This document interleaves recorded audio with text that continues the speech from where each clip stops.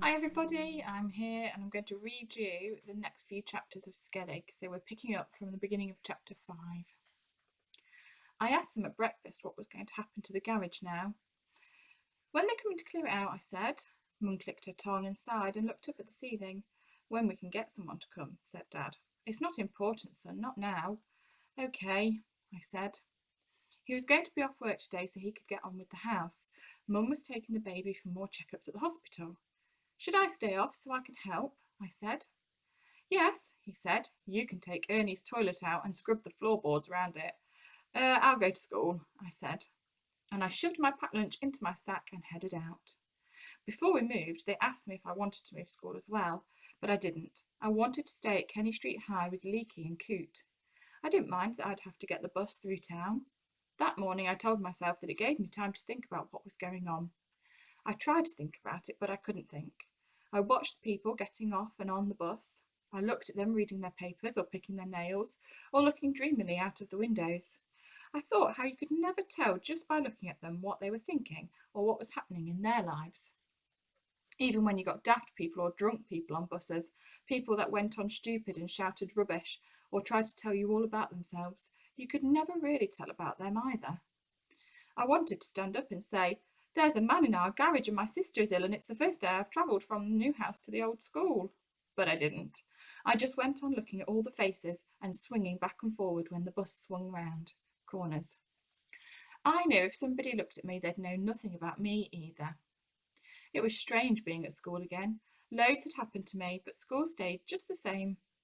Rasputin still asked us to lift up our hearts and voices and sing out loud in assembly. The Yeti yelled at us to keep to the left in the corridors.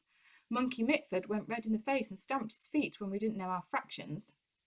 Miss Clark's got tears in her eyes when she told us the story of Icarus, how his wings had melted when he flew too close to the sun, and how he had dropped like a stone past his father Daedalus into the sea. At lunchtime, Leaky and Coot argued for ages about whether a shot had gone over the line. I couldn't be bothered with it all. I went to the fence at the edge of the field and stared over the town towards where I lived now. While I was standing there, Mrs. Dando, one of the auxiliaries, came over to me. She'd known my parents for years. You okay, Michael? She said. Fine. And the baby? Fine too. Not footballing today? I shook my head. Tell your parents I was asking, she said. She took a fruit gum out of her pocket and held it out to me. A fruit gum. It was what she gave the new kids when they were sad or something. Just for you, she whispered, and she winked. No, I said, no thanks, and I ran back and did a brilliant sliding tackle on Coot. All day I wondered about telling somebody what I'd seen, but I told nobody. I said to myself it had just been a dream. It must have been. Chapter 6. At home there was a hole in the floor where Ernie's toilet had been. It was filled with new cement. The plywood screen had gone. Ernie's old gas fire had been taken away, and there was just a square black gap behind the hearth. The floor was soaking wet and it stank of disinfectant. Dad was filthy and wet and grinning. He took me into the wilderness. The toilet was standing there in the middle of the thistles and weeds. Thought it'd make a nice garden seat for us, he said. The gas fire and the plywood were down by the garage door, but they hadn't been taken inside. He looked at me and winked. Come and see what I found. He led me down to the garage door. Hold your nose, he said. He bent down and started to open a newspaper parcel. Ready? It was a parcel of birds. 4 of them. Found them behind the fire, he said. Must have got stuck in the chimney and couldn't get out again. You could make out that 3 of them were pigeons because of their grey and white feathers. The last one was pigeon-shaped, but it was all black. This was the last one I found, he said. It was under a heap of soot and dust that had fallen down the chimney. Is it a pigeon as well? Yes. Been there a long, long time, that's all. He took my hand. Touch it, he said.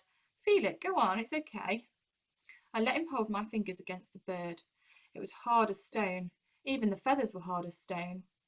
Been there so long it's nearly a fossil, he said. It's hard as stone, I said. That's right, hard as stone. I went and washed my hands in the kitchen. Today was okay, he said. Yes, Leaky and Coot said they might come over on Sunday. Oh, that's good. You managed the buses okay then? I nodded. Might be able to drive you there next week, he said, once we're sorted out a bit. It's okay, I said. Mrs. Dando asked about the baby. You told her she was fine? Yes, I said. Good. Get her some Coke and a sandwich or something, and I'll make tea when the others come home. He went upstairs to have a bath. I looked down through the wilderness. I waited for ages, listening to Dad's bathwater banging its way through the pipes. I got my torch off the kitchen shelf. My hands were trembling. I went out past Ernie's toilet, the fire, and the dead pigeons. I stood at the garage door and switched the torch on. I took a deep breath and tiptoed inside. I felt the cobwebs and the dust, and I imagined that the whole thing would collapse. I heard things scuttling and scratching. I edged past the rubbish and the ancient furniture, and my heart was thudding and thundering. I told myself I was stupid. I told myself I'd been dreaming. I told myself I wouldn't see him again, but I did. Chapter 7. I leaned over the tea chest and shone the torch, and there he was. He hadn't moved. He opened his eyes and closed them again. "Oh, you again," he said in his cracked, squeaky voice. "What are you doing there?" I whispered. He sighed like he was sick to death of everything. "Nothing," he squeaked. "Nothing and nothing."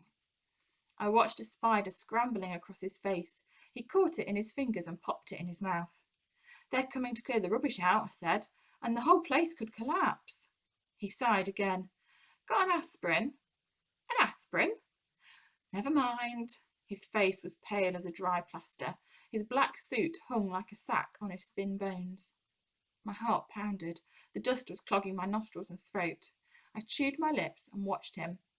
"You're not Ernie Myers, are you?" I said. "That old git, coughing his guts and spewing everywhere." "Sorry," I whispered. "What do you want?" he said. "Nothing." "You got an aspirin?" "No." "Thanks very much." "What will you do?" I said. "They'll clear the place out. It'll all collapse." "What'll—" "Nothing. Go away." I listened for noises from outside, for them calling me. "You could come inside," I said. He laughed, but he didn't smile. "Go away," he whispered. He picked a blue bottle from the front of his suit and popped it in his mouth. "Is there something I could bring you?" I said. "An aspirin," he squeaked. "Something you'd like to eat?" I said. "Yeah, 27 and 53. "What?" "Nothing. Go away." I backed away out into the light. I brushed the dust and blue bottles and cobwebs off. I looked up and saw Dad through the frosted glass of the bathroom window. I could just hear him singing the Black Hills of Dakota. "Are you the new boy here?" said somebody. I turned around. There was a girl's head sticking up over the top of the wall into the back lane. "Are you the new boy?" she repeated. "Yes." "I'm Mina." I stared at her. "Well?" she said. "Well, what?" She clicked her tongue and shook her head and said in a bored-sounding sing-song voice, "I'm Mina, you're—" "Michael," I said. "Good." Then she jumped back and I heard her land in the lane. "Nice to meet you, Michael," she said through the wall. Then she ran away. Chapter 8. When he came down from his bath, Dad started moaning that there was no bread and there were no eggs, and in the end he said, "I know, let's have a takeaway." It was like a light went on in my head. He had the menu from the Chinese round the corner in his hand. "We'll get it in for when your mum gets back," he said. "What do you fancy?" 27 and 53, I said. "That's clever. You did that without looking. What's your next trick?" He wrote it all down. "Special chow mein for Mum, spring rolls and pork char siu for you, beef and mushrooms for me, crispy seaweed and prawn crackers for the baby. And if she won't eat them, we will and serve her right, eh? She'll be back on boring mother's milk again." He phoned the Chinese, gave me the cash, and I ran round to collect it all. By the time I got back again, Mum and the baby were there. She tried to make a fuss of me and kept asking me about the journey and about school. Then the baby puked over her shoulder and she had to get cleaned up. Dad belted through his beef and mushrooms and the seaweed and the prawn crackers. He said he was all clogged up with Ernie's dust, and he swigged off a bottle of beer.